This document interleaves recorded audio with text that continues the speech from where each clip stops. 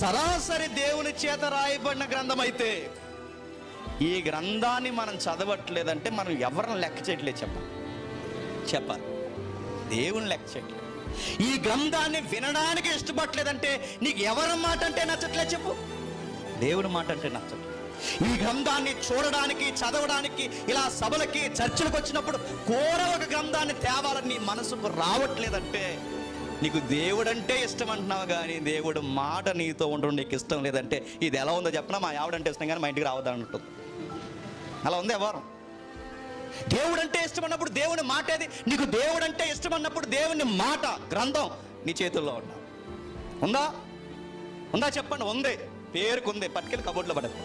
పేరుకుంది, పట్టుకెళ్ళి టేబుల్ మీద పడేస్తాం. పేరుకుంది, పట్టుకెళ్ళి మన పుస్తకాలు ఒక పుస్తకంగా పడేస్తాం. పేరుకుంది మాట చెప్పిన నువ్వు బైబిల్కి ఇచ్చే ఆ వాల్యూని బట్టే చెప్పచ్చు నువ్వు దేవుడిని ఏమాత్రం ప్రేమిస్తున్నావు.